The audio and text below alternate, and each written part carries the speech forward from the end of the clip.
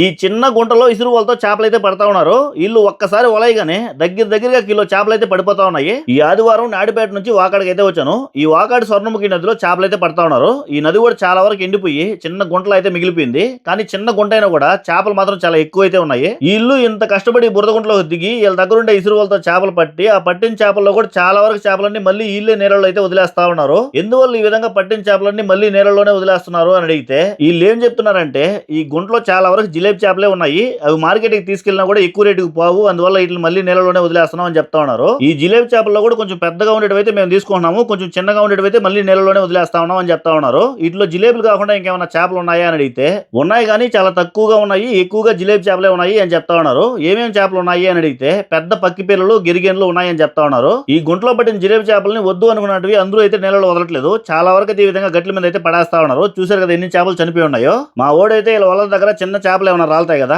ఆ చేపలు తీసుకొచ్చి చిన్న బాటిల్ ఏదన్నా చూడు డాడీ ఇంటికి తీసుకెళ్లి పెంచుకుందాం అని చెప్తా ఉన్నాడు. ఈ గట్ల మీద చేపలు చాలా వరకు అయితే చనిపోయి ఉన్నాయి. వీళ్ళు చేపలు పట్టిన తర్వాత వీళ్ళకి వద్దనుకున్నట్టు అందరూ నీళ్ళలో అయితే వదలట్లేదు. చాలా మంది అయితే ఈ విధంగా గట్ల మీద అయితే పడేస్తా ఉన్నారు. ఈ చివరి నుంచి ఆ చివరి దాకా మొత్తం చనిపోయిన చేపలే ఉన్నాయి. ఈ పెద్ద ఒక్కరు మాత్రం పట్టిన చేపలు ఏమన్నా వద్దు అనుకుంటే ఆ చేపలన్నింటినీ మళ్ళీ తిరిగి నీళ్ళలోనే వదిలేస్తా ఉన్నారు. ఇంత తక్కువ నీళ్ళలో కూడా ఒక అతనికైతే 1.5 కిలో గెండి చేప అయితే పడింది. అలాంటి చేపలు ఏమన్నా ఉన్నాయా అని చెప్పి వీళ్ళైతే ఎతకుతా ఉన్నారు.